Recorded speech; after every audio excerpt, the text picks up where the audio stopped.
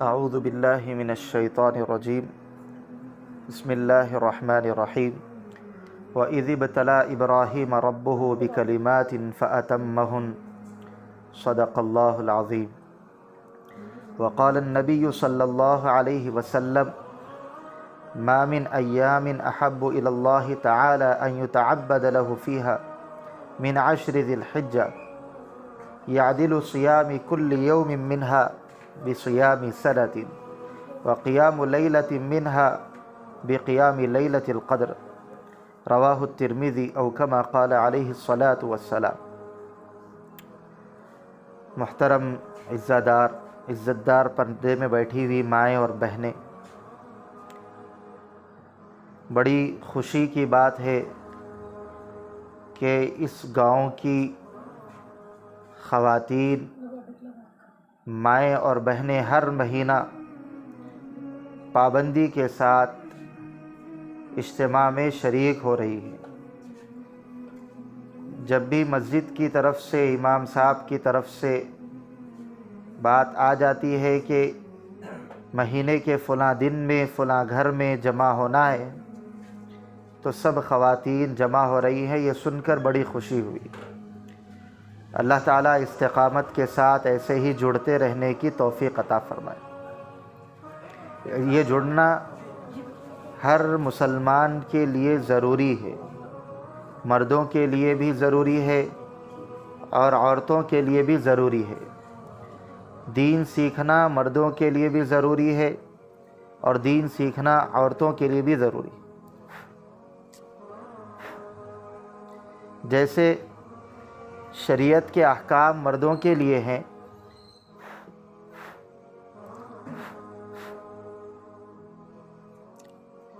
جس طرح شریعت کے احکام مردوں کے لیے ہے اسی طرح شریعت کے احکام عورتوں کے لیے بھی ہے۔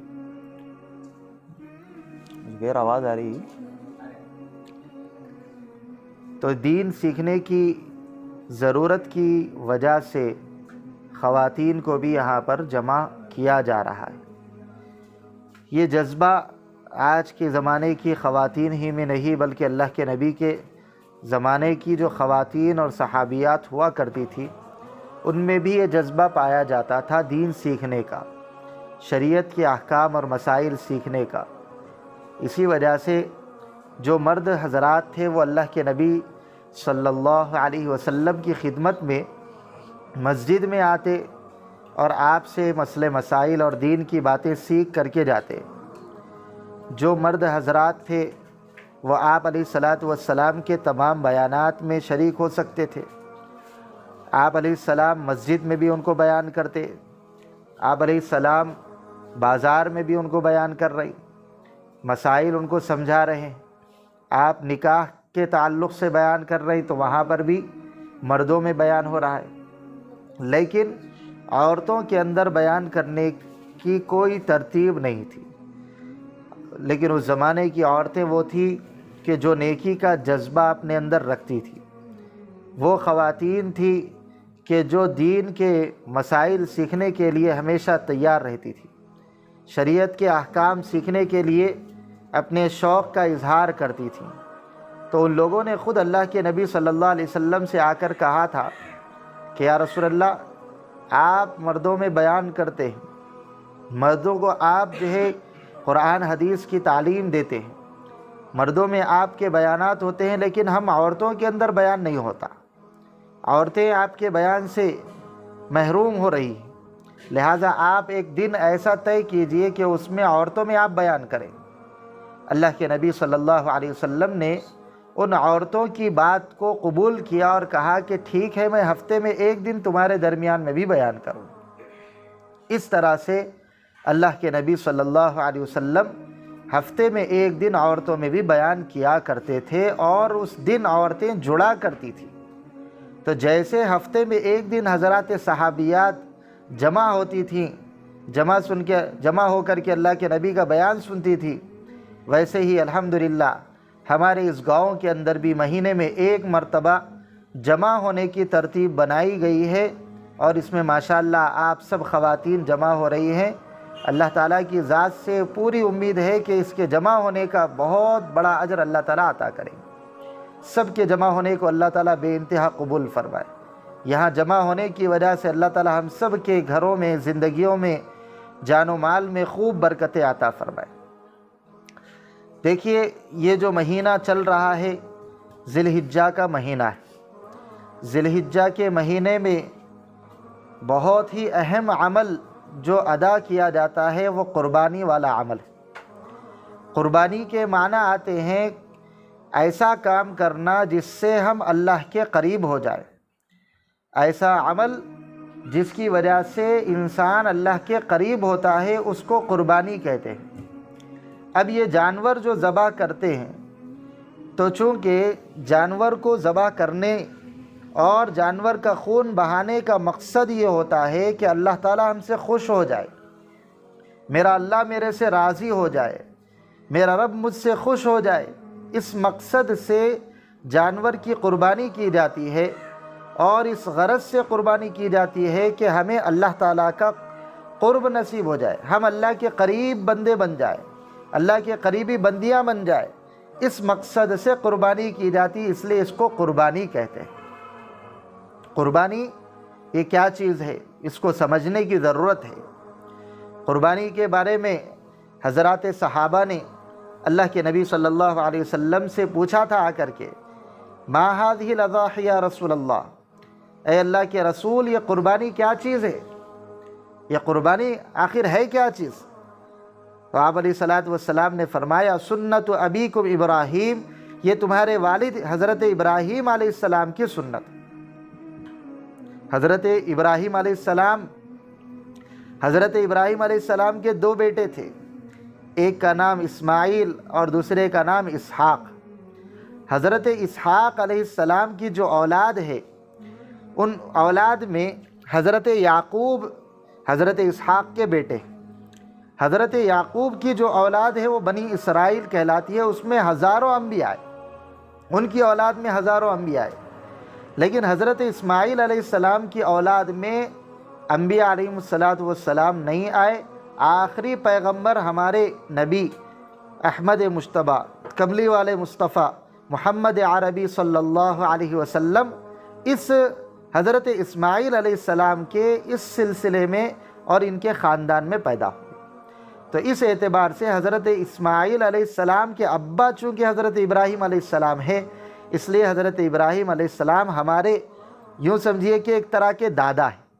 تو اللہ کے نبی صلی اللہ علیہ وسلم نے فرمایا کہ تمہارے دادا حضرت ابراہیم علیہ السلام کی سنت ہے یہ قربانی کرنا۔ صحابہ پوچھے، ٹھیک ہے قربانی تو کر لیں گے، لیکن قربانی کرے تو ثواب کیا ملتا؟ آج آدمی کوئی بھی ہو، جہاں فائدہ ہوتا وہاں کام کرتا ہے۔ ہر انسان کی فطرت ہوتی ہے کہ فائدہ نظر آ رہا تو کام کرتا ہے، فائدہ نظر نہیں آ رہا تو کام نہیں کرتا ہے۔ ایسے ہی بندے جتنے کام کرتے ہیں اللہ تعالیٰ کی طرف سے ان کاموں پر ثواب بھی ملتا ہے۔ تو صحابہ نے بھی یہی پوچھا کہ یہ قربانی ہم اگر کر لیں گے تو کیا ثواب ملتا؟ قربانی والے عمل پہ ہمارے کو اللہ کی طرف سے کیا ثواب ملنے والا ہے؟ تو اللہ کے نبی بولے، بِكُلِّ شَعْرَةٍ حَسَنَةٍ، ہر بال کے بدلے ایک نیکی ملے گی، ہر بال کے بدلے ایک نیکی ملے گی۔ صحابہ پھر پوچھے، اچھا ٹھیک ہے، ہر جانور کے اوپر بالا تو نہیں رہتے، بعض جانور وہ بھی رہتے جن کے اوپر اون رہتا، تو اگر ایسا جانور ہے جس کے اوپر اون ہے بال نہیں ہے تو ایسے جانور کا کیا حکم ہے؟ وہ جانور کو قربان کرے تو کیا ثواب ملتا؟ تو اللہ کے نبی بولے، بِكُلِّ شَعْرَةٍ مِّنَ الصُّوفِ حَسَنَةٍ، کہ اون کے ہر ریشے کے بدلے، اون کے ہر بال کے بدلے بھی ایک نیکی ملے گی۔ اب اندازہ لگائیے کہ قربانی کا عمل کتنے بڑے ثواب کا ذریعہ ہے، کتنا زیادہ ثواب مل رہا قربانی کرے تو، کہ ایک ایک بال کے بدلے ایک ایک نیکی ملے گی، ایک ایک ریشے کے بدلے ایک ایک نیکی ملے گی۔ اور اندازہ نہیں لگا سکتے کہ ایک جانور کے اوپر کتنے بالا ہیں، ایک جانور کے اوپر کتنے زیادہ بال ہیں، ہم اندازہ نہیں لگا سکتے، گننا چاہے تو بھی نہیں گن سکتے۔ لاکھوں کروڑوں بالا ایک جانور کے اوپر رہتے۔ اللہ تعالیٰ کی طرف سے یہ اتنا بڑا احسان ہے، اللہ کی طرف سے اتنا بڑا انعام ہے کہ ایک جانور کو قربانی کر لیے تو کروڑوں نیکیاں ایک جانور کے بدلے اللہ تعالیٰ دے رہے ہیں۔ کرنا کیا ہے؟ بس ایک جانور کی قربانی کرنا ہے، ایک جانور کی قربانی کر لو، کروڑوں نیکیاں تم کو مل جائے گی۔ اللہ تعالیٰ کی طرف سے اتنا بڑا ڈسکاؤنٹ آفر ہے یہ. تو اتنا بڑا جو ثواب کا کام ہے قربانی والا عمل، یہ بہت اہم عمل ہے، اس کی طرف آج توجہ دینے کی ضرورت ہے. یہ ذی الحجہ کا جو مہینہ ہے، 10 تاریخ، 11 تاریخ، 12 تاریخ، یہ 3 دن ایسے رہتے جس کو قربانی کے دن کہا جاتا ہے. ان دنوں میں قربانی کرنا، جن لوگوں پہ قربانی واجب ہو چکی ہے ان کو قربانی کرنا ضروری ہے. قربانی واجب ہو گئی، اس کے باوجود قربانی نہیں کر رہی، اللہ کے نبی نے ایسے لوگوں کے اوپر اپنے غصے کا اظہار کیا ہے، اپنی ناراضگی کا اظہار کیا ہے، اور آپ نے فرمایا کہ جو آدمی قربانی کرنے کی طاقت رکھتا ہو، اس کے باوجود بھی قربانی نہ کرے، چاہے مرد ہو چاہے عورت ہو. اللہ کے نبی فرما رہے کہ اگر کسی کے پاس قربانی کرنے کی طاقت ہو پھر بھی قربانی نہ کرے، تو غصے کے ساتھ اللہ کے نبی فرما رہے وہ ہماری عیدگاہ کے قریب بھی نہ آئے. یعنی مسلمانوں سے اس کا کوئی تعلق ہی نہیں ہے. جو آدمی مسلمان ہے تو مسلمانوں کے اعمال بھی اس کو کرنا ہے. آدمی اگر مسلمان ہے تو اس کو دین کے، شریعت کے احکام پر بھی عمل کرنا ہے. اگر کوئی قربانی والا عمل نہیں کرتا ہے تو اس کا مطلب یہ ہوا کہ اس کا مسلمانوں سے کوئی تعلق ہی نہیں ہے، دین شریعت سے اس کا کوئی تعلق ہی نہیں ہے. اس لیے کہ دین کے اعمال کو چھوڑ دینا، اللہ کے حکم کو چھوڑنا، نبی کے طریقے کو چھوڑنا، یہ مسلمان کا کام نہیں ہو سکتا، یہ تو غیروں کا کام ہوتا ہے. اگر کوئی آدمی مسلمان ہونے کے باوجود بھی قربانی کو چھوڑتا ہے، واجب ہو چکی ہے قربانی، اس کے باوجود نہیں کرتا، اللہ کے نبی فرماتے ہیں وہ ہماری عیدگاہ کے قریب بھی نہ آئے، اس لیے کہ اس کا مسلمانوں سے تعلق ہی نہیں. اس لیے ہر مسلمان، مرد ہو چاہے عورت ہو، قربانی واجب ہو چکی ہے تو قربانی کرنا ضروری ہے. کن لوگوں کے اوپر قربانی واجب ہوتی ہے بھائی؟ جن لوگوں کے اوپر صدقہ فطر واجب ہو جاتا ہے ان پہ قربانی بھی واجب ہے. اگر کسی کے پاس سونا چاندی ہے، زیورات رکھے ہوئے ہیں، تو حساب کر لینا، حساب کر کے دیکھنا آج کے زمانے کے حساب سے 61 تولہ چاندی کے برابر اس کی مالیت ہے یا نہیں، اس کی ویلو 61 تولہ چاندی کے برابر ہے یا نہیں. 61 تولہ چاندی کے برابر اگر ویلو ہے، ضرورت سے زائد اتنا روپیہ پیسہ ہے، یا ضرورت سے زائد اتنا سونا چاندی ہے، یا ضرورت سے زائد کوئی بھی سامان ہے جو استعمال میں نہیں آنے والا ہے. گھروں میں کبھی کبھی رہتا، بہت زیادہ سامان رکھے ہوا ہے، استعمال میں کبھی بھی نہیں آتا، وہ سال آ سال گزر جاتے. گھروں میں بڑے بڑے بگونے رکھے ہوئے رہتے، استعمال میں کبھی نہیں آتے. کسی کے ایک گھر ہے رہنے کا، ایک گھر زائد ہے، کرائے پہ دیے ہوئے ہے. کسی کے پاس میں ایک گھر ہے رہنے کا، زمینہ ہے، پلاٹاں خرید کے رکھے ہوئے ہے. کسی کے پاس ایک گھر ہے رہنے کا، زمینہ ہے، کرائے پہ دیے ہوئے. تو ایسا جتنے بھی لوگ ہیں جن کے پاس میں 61 تولہ چاندی کے برابر، چاہے کیش ہو، نقد پیسے ہوں، یا سونا چاندی ہو جس کی قیمت 61 تولہ چاندی کے برابر ہو، یا اس کے پاس میں ضرورت سے زائد سامان جس کی مالیت، جس کی ویلو 61 تولہ چاندی کے برابر آج کے زمانے میں ہو جاتی ہے، تو پھر ایسے لوگوں کے اوپر قربانی بھی واجب ہو جاتی. تو اب ہم اپنا جائزہ لینا چاہیے. عام طور پہ ماں اور بہنوں کے پاس میں سونا اور چاندی ہوتا ہی ہے، زیورات ہوتے ہی ہیں ان کے پاس، ضرورت سے زائد چیز کہلائی جاتی ہے بھی. اب یہ رہتے ہوئے بھی اگر ہم قربانی نہیں کر رہے تو اس کا مطلب یہ ہے کہ ہم اللہ کے ایک حکم کو چھوڑنے والے ہیں. اس کا مطلب یہ ہے کہ ہمارے کو اللہ کے احکامات پہ عمل کرنے کا کوئی شوق نہیں. اس کا مطلب یہ ہے کہ ہمارے کو نبی کے طریقے پر عمل کرنے کا شوق نہیں. اس کا مطلب یہ ہے کہ ہمارے کو حضرت ابراہیم علیہ السلام کی سنت سے کوئی محبت اور دلچسپی نہیں ہے، اسی وجہ سے ہم اس عمل کو چھوڑ رہے ہیں. سونا چاندی ہمارے پاس، قربانی کرنا ہے، نہیں کر رہے. کہیں کو نہیں کر رہے بھائی؟ نہیں قربانی کرے تو جو ہے ایک جانور جو ہے آج کل مہنگا ہو گیا صاحب، 10,000 میں جانور مل رہا، 11,000 میں مل رہا، کہاں سے لائیں گے اتنے پیسے؟ ارے بھائی اتنا پیسہ ہمارے پاس ہے، سونا چاندی ہمارے پاس ہے، ہمارے پاس جائیدادیں رکھی ہوئی ہے، زمین ہمارے پاس ہے، اللہ کا دیا ہوا سب کچھ ہے.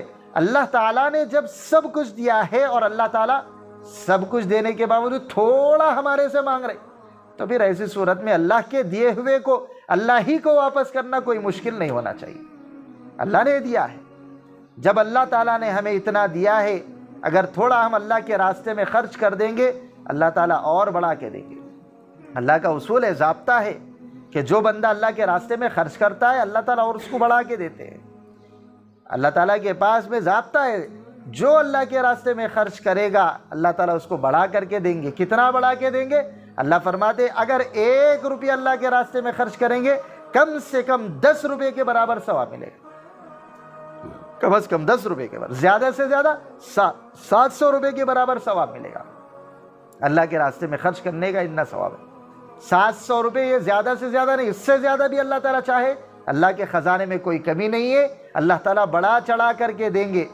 یضاعف مضاعف اس طرح کے الفاظ استعمال ہوئے قرآن کے اندر کہ اللہ تعالیٰ دگنی تیگنی چوگنی کر کے اللہ تعالیٰ دیں گے۔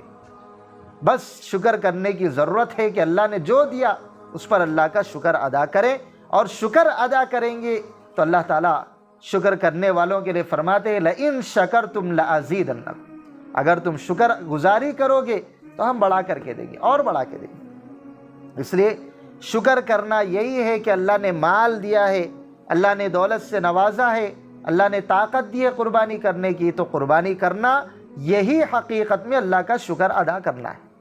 اب قربانی میں کیا کرنا بھائی، کیا دینا قربانی؟ چھوٹا جانور بکرا ہے قربانی دیجیے، دمبے کی قربانی دے سکتے ہیں، بکری کی قربانی دے سکتے ہیں۔ ایسے ہی بڑے جانور کے اندر 7 لوگ مل کے، ایک بڑے جانور میں 7 لوگ شامل ہو کے قربانی دے سکتے ہیں۔ چھوٹا جانور ہے بکرا ہے تو وہ ایک ہی آدمی کی طرف سے کافی ہوگا۔ اس طرح سے چھوٹا جانور ہے تو 1 سال کا ہونا کم از کم، بڑا جانور ہے تو کم سے کم جو ہے اس کی عمر 2 سال کی ہونی چاہیے۔ اس طرح سے یہ قربانی سے متعلق احکام ہے، تو یہ احکام سیکھنا ہے اور قربانی والا عمل کرنا ہے۔ اللہ کے نبی صلی اللہ علیہ وسلم نے فرمایا کہ قربانی کے دن میں، عید کے دن میں قربانی کرنے، خون بہانے سے زیادہ کوئی عمل اللہ کو پسند نہیں۔ کوئی عمل اللہ کو عید کے دن اتنا پسند نہیں ہے جتنا خون بہانا پسند ہے۔ بعض لوگ بولتے ہیں ارے جانور کو خالی قربان کر دیے، خون بہائے تو کیا ہوتا بھائی، اس کے بجائے پیسے لگ جا کے غریبوں میں بانٹ دیں گے اپن۔ یہ شیطانی دھوکہ ہے، یہ شیطان کی طرف سے ایسے وسوسے آتے رہتے ہیں۔ عید کے دن میں اللہ تعالیٰ کی طرف سے اللہ کے نبی فرماتے ہیں کہ اگر کوئی آدمی عید کے دن میں چاہے لاکھوں روپیہ خرچ کر لے غریبوں کے اندر، لیکن اس کے مقابلے کوئی ایک آدمی 10,000 کا بکرا لا کر کے ذبح کر دے تو لاکھوں روپے خرچ کرنے کے مقابلے یہ 10,000 کا جو بکرا ذبح ہوا یہ اللہ کو پسند ہے۔ اللہ کے نزدیک سب سے زیادہ پسندیدہ عمل عید کے دن قربانی کرنا ہے۔ کوئی عمل اللہ کو اتنا پسند نہیں، اس لیے قربانی کی فکر کرنا ہے۔ یہ قربانی حضرت ابراہیم علیہ السلام کی یادگار ہے۔ حضرت ابراہیم، حضرت اسماعیل علیہ السلام کی یادگار کے طور پر اللہ نے قربانی کو مشروع قرار دیا، سنت قرار دیا ہے، یعنی واجب ہے۔ جن لوگوں پر قربانی واجب ہے ان کو کرنا ضروری ہے۔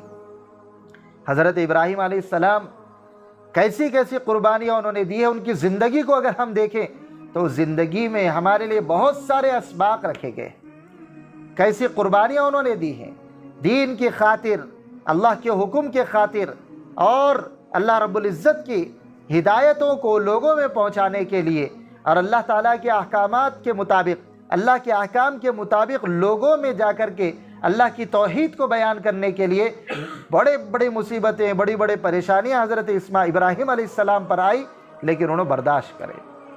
وہ قربانیاں ہمیں سن کر کے اپنی زندگیوں کے اندر بھی ویسا مزاج پیدا کرنے کی ضرورت ہے۔ قربانی دینے کا مزاج ہونا چاہیے، اللہ کے حکم کو ماننے کا مزاج ہونا چاہیے۔ کیا کیا قربانیاں دی حضرت ابراہیم؟